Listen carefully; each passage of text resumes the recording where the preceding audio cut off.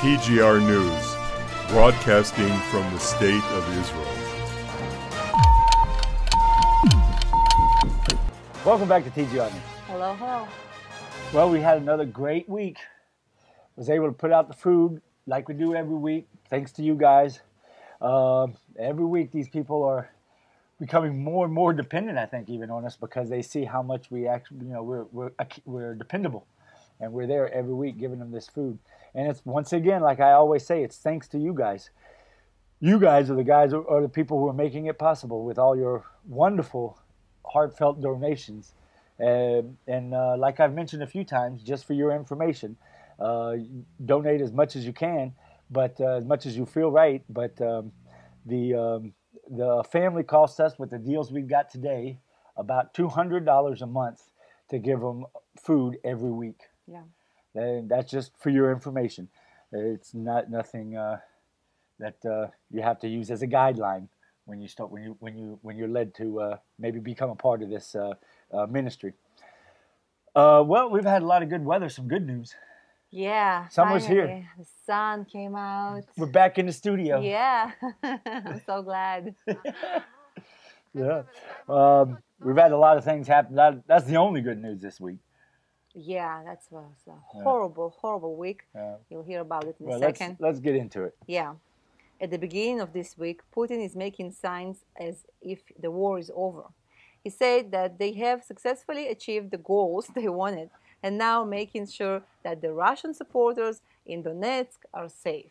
Yeah, and Donetsk and other places, all those places, yeah. It's a joke. It's a joke. Like I said from the beginning here, we've seen now how weak his army is. Now he's just trying to change the narrative, like he's done what he wanted to do, and he didn't fail at anything. Yeah. Let's hope he just ends up pulling out and everything goes away, and, he doesn't feel backed into a corner in the last minute and use chemical or tactical nuclear weapons or anything like that. Ukraine has said that their army has not only been able to stop Russia, but is now even able to start to gain ground on them, pushing them back.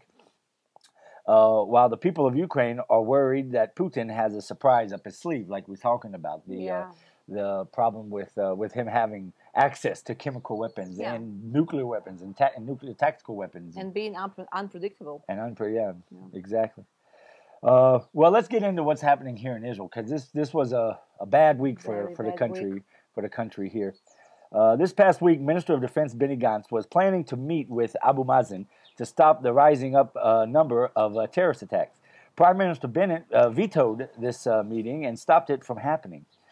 After he had already given 20,000 jobs to illegal Arabs in order to buy some sort of peace during the Ramadan. Ramadan, once again, is a month holiday, very holy holiday for the Muslims, where they fast all day, all day, and only eat in the evening for the month. And there's always problems around Ramadan.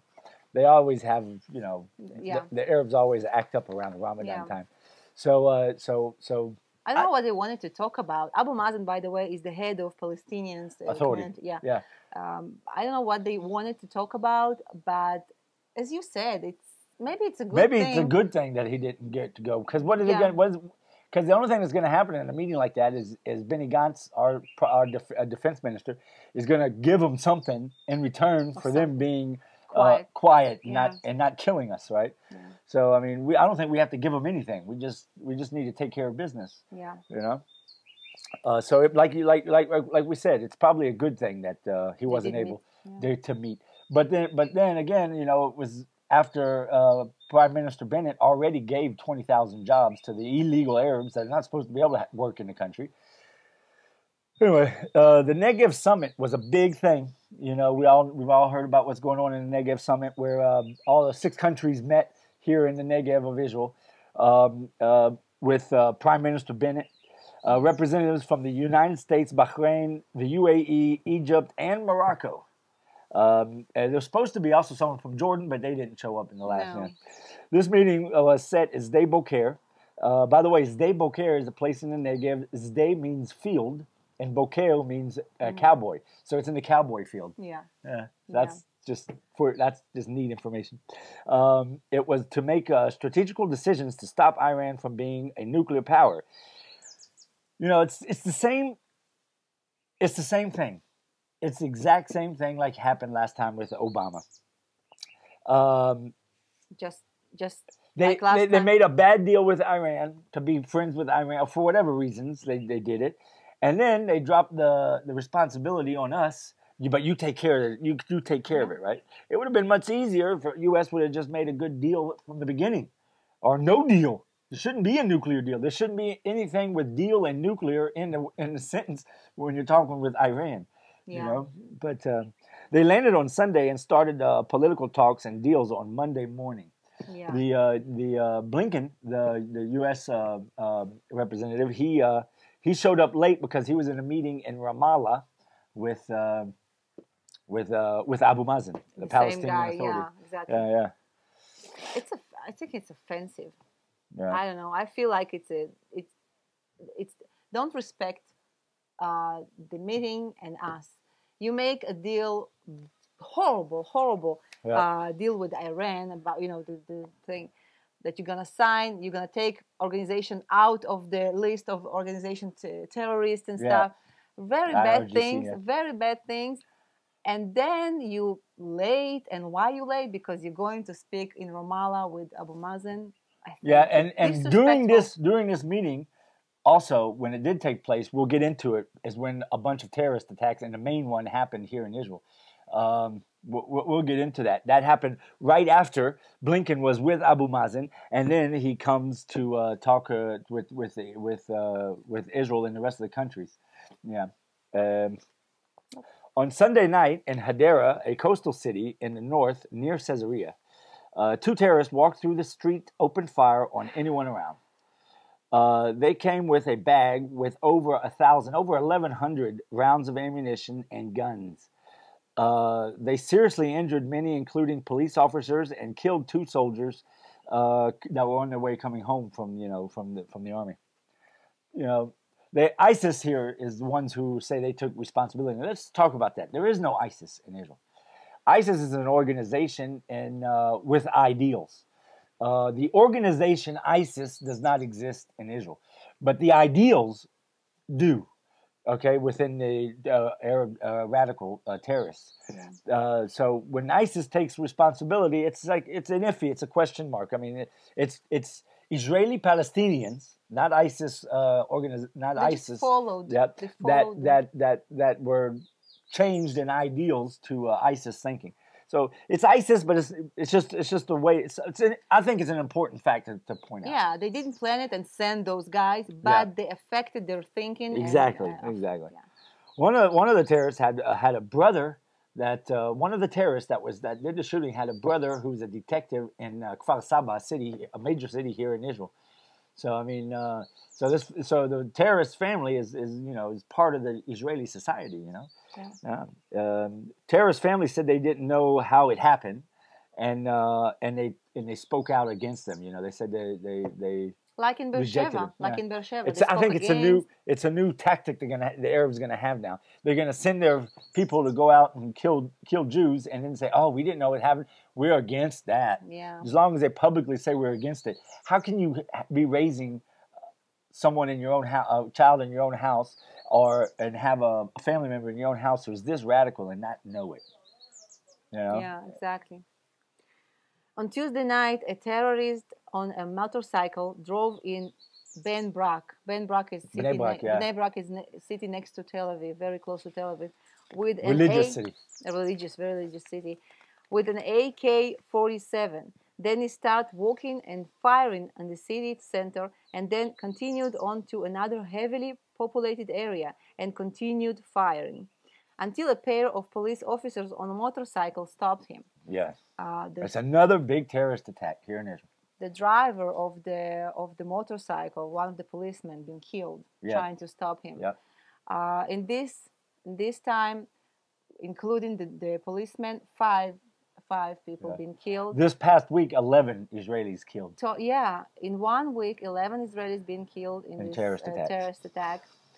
The feeling on the streets is like not safe. Yeah. Not safe. People walking and Which is them looking winning. around. Yeah, exactly. Some parents didn't send their kids to schools, which I think is bad. It's bad. It's You bad. know, It's bad. Yeah, it's absolutely. We talked about it. It's a bad education for the kids to teach them to be scared of terrorists and stay home and not leave the house. It's bad. It's just bad. It's wrong. It's wrong not to send your kids to school. And like we said, what's the difference? You don't know where the next terrorist attack is going to be anyway. So it's not like you're going to take the kid out of school, leave him home.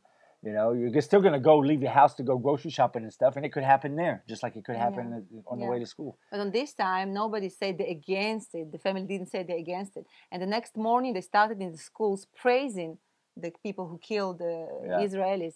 You can see their media is full with videos, how they having parties, how you say, happy about... It's definitely clear that you can see that there's an uprising in terrorist attacks. The last time Israel had terrorist attacks with shooting guns, not stabbings like we've had all the time. Last 5 years, 7 years or something. Well, since the history of Israel, I think, and people getting run over by terrorist attacks. You know, car running overs. But the last time we've had guns, and I hope it won't happen, but even suicide bombers here inside of Israel was about 20 years ago, and that was the last time we had a big thing like that. And in that one, the terrorist attacks continued for almost a year and a half, with over 1,000 Israelis killed during all the terrorist attacks before the government decided to do something serious. And when they did, it finally caused quiet for the past 20 years. We didn't have that kind of stuff anymore. I hope they don't wait this time another year and a half and 1,000 died to do it. I hope so, yeah. And the only reason they wait is not because they're scared to go in. It's because they're scared of the rest of the world. Everyone that's watching this, or people that's not watching this, they're scared of what the world's going to say, and if NATO and the world's going to turn against us. You know, that's the reason why they don't do it. Yeah. You know, and when they know they need to do it. Yeah, exactly. If people look at us and say like, "Oh, you provoked them, you did this, so they fire. You did this, so they..." No, they just want to kill Jews. Yep. That's the whole purpose of them. It doesn't matter what we do, what we don't do. We give them now no restriction, any restrictions. We even give them, like how you say, easy going for Ramadan. We want to make it easier for them to pray in their places. Sometimes we cannot pray in our places because of them. We're trying to make it easy for them. Yeah, exactly. Nicer for them. And it's like provocation. If we go there, it's provocation. If you just walk in Jerusalem next to their place, it's provocation. Come on, they just want to kill Jews. That's all. They don't need provocation. You don't see any Jews walking around Arab cities opening fire and killing people. I mean, that tells the whole story right there. That tells you who's the good guy and the bad guy right there. There's no argument.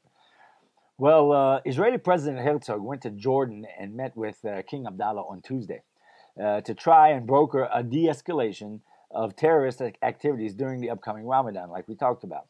Seeing how it seems like we were headed into another intifada. You know, it's what it looks like we're headed into. So he tried to go over there because we all know, even though it's not official, Jordan has a big influence on the Palestinian terrorist activities here inside of Israel. So he tried to go and work something out there, which I hope he was able to without giving away anything. But we talked about Herzog before, President Herzog. We like him. We like him. We think he's good. We think he makes good decisions. We think his morals and he's in the right direction. The price of fuel went up again here in Israel, and it's the 5th time in the past year.